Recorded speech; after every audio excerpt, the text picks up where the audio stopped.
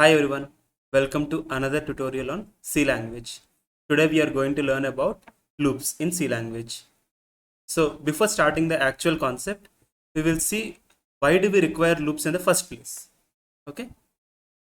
So the question is write a program to find the sum of the first three natural numbers. So if we are to do this program using the concepts that we have learned earlier, we would do something like this. So we will declare a variable and then we would assign this variable to the sum of the first three natural numbers. Okay, and then we are going to print this output.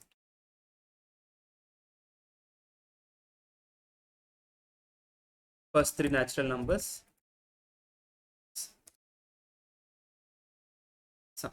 Okay, this works fine. Suppose if I ask to find the sum of the first five natural numbers, not a big deal, no? Just we'll add 4 and then we'll add 5. Suppose the question is to find the sum of the first 50 natural numbers. It is a little tough.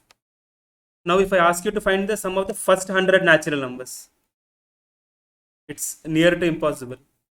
If I ask you to find the sum of the first 1000 natural numbers, so no one's going to do that. You cannot keep on adding 6, 7, 8, 9, 10, so on up to 1000 numbers, right? So there is a repetitive task involved. Addition. So addition we are doing repeatedly on different numbers. We are repeating this operation several times. So instead of writing manually, we will use loops to do this repetitive task.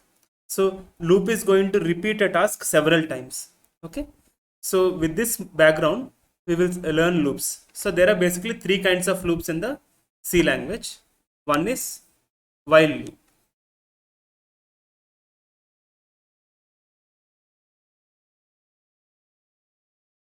Second is for loop.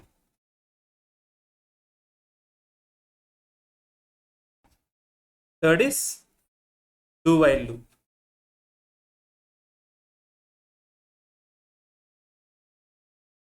In addition to this, we will also learn what is break statement and continue statement.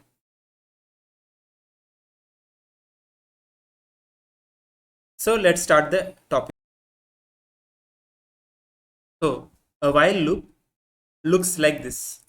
While expression is true, execute these statements.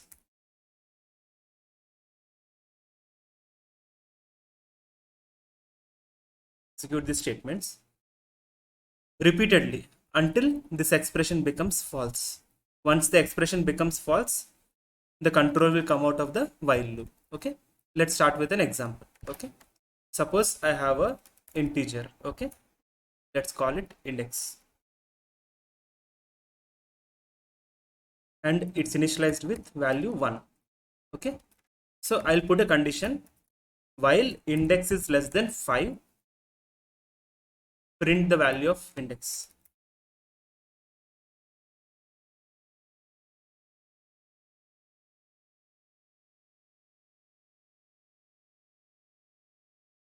Okay, so now what happens is initially index is initialized with a value 1. So when the while will check for the condition, okay, 1 is less than 5, so it is true. So it will go inside the while loop and the statement is executed, printf is executed. So now the end has come. When the end has come, it will again check for the condition whether index is less than 5. Okay, so index is 1, 1 is less than 5, so it will print again. Again it will come to the end, it will check again, index is less than 5, so again it's going to print the statement, and it's going on forever. So it will never come out of the while loop. So we can add another statement that index equal to index plus 1. So now let's see what will happen.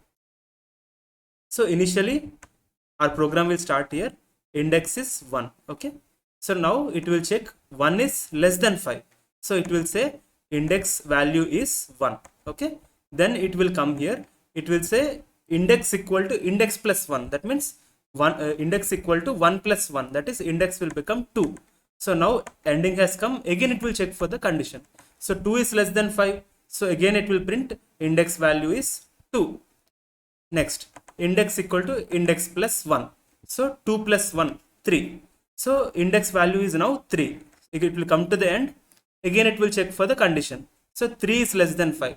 So it will print again index value is 3 and index will become 3 plus 1, 4.